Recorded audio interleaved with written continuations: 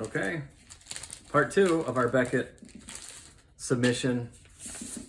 Okay, this one's kind of a shame too. Back to another authentic.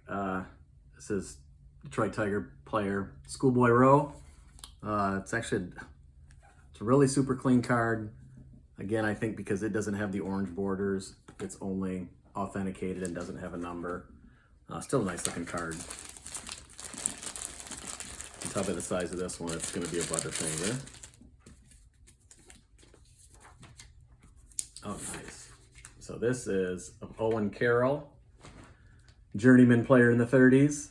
This one is rated a 3, which I'm sure if I looked at the population report, it's going to be, if not the highest, it's going to be top 3 because it's very rare to get this card, let alone in a 3. Very pleased with that one. Looks like all the rest of these are probably Butterfingers. All right. Joe Maury. I thought this was better than a 2, but at least it's better than authentic. Definitely a clean card. With him, there's actually multiple cards of him that actually it has his last name spelled M-O-W-R-E-Y, which is incorrect. The R-Y is the correct way, but a little interesting fact about his cards. Oh, this is a Wheaties card, I can tell by the back. Ooh, wow. Gus Mancuso, former catcher, 3.5. I'm going to look at the population report, but I would almost bet that that has to be the highest one because these cards are exceedingly rare to find with the full fancy frame, they call it. Almost all of these don't have the frames. This one is fully intact, and a 3.5 grade is huge for this card. Shame it wasn't a Lou Gehrig. Okay, another Butterfinger. I can tell this one's a little crinkled on the back. It's probably not a good grade. All right, 1.5. Hall of Famer, Al Simmons. This card is a little more popular. You don't have to look too hard to find it, but most of them are authentic or 1. So this one's a little bit better, 1.5, and he is a Hall of Famer, so it's a desirable panel.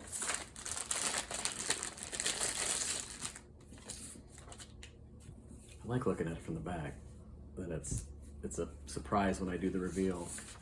Okay, Lawrence or Larry Benton, 2.5. That's a good grade. This is a super clean card. One tiny little wrinkle at the bottom, and that's the only thing. In fact, that image is great. The centering is almost perfect. That's a high score. I'll take it.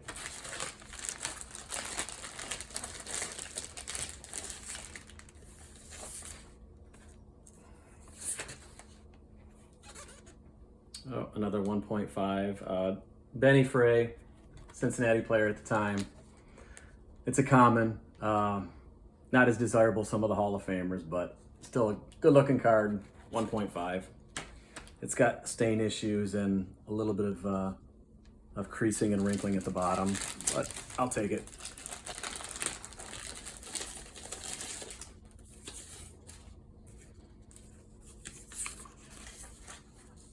Okay, Paul Derringer, poor 1. This one's got some issues, and now that I recall, I remember even debating whether I was going to send this one in. Definitely got some little bit of paper loss on the corners. The image itself is pretty brilliant though, but the corners and the edges have issues. A couple stains on the back too, but it's a 1. It's a good looking card, and you don't see a lot of his out there, so happy to put it in my collection. Okay, this one looks a little bit nicer. Let's see what we got here.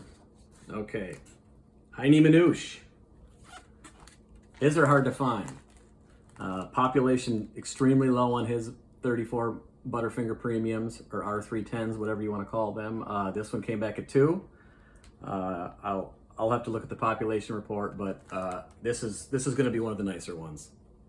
In fact, that one looks really nice. That's stunning for a 2.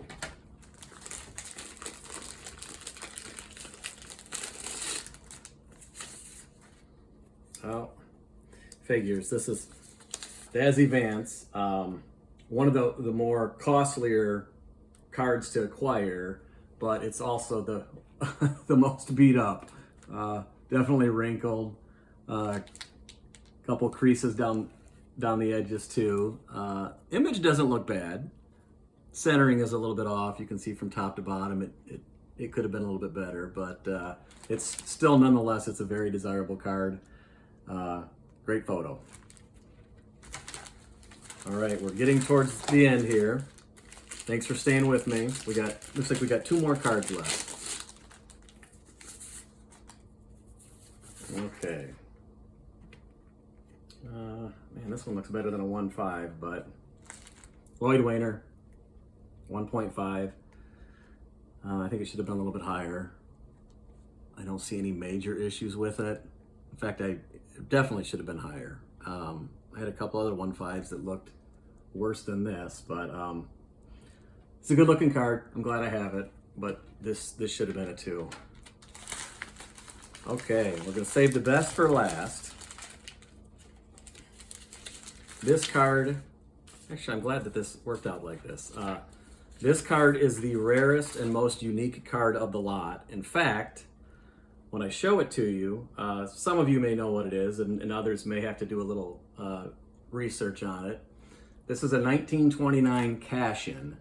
However, it's not the regular Kashin, it's the premium 5x7, which is larger.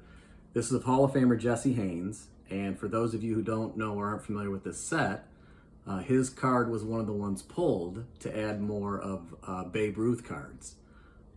This card is so rare, this 29 Kashin 5x7, that there has never been one graded. Not by Beckett, not by SGC, not by CGC, not by PSA.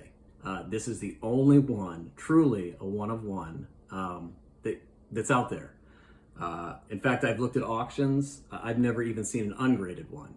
So with all the focus on one of ones in modern day cards with signatures and refractors and autos and all that stuff, this is an original one of one, because for over 100 years this is the only one that has ever popped up and been graded.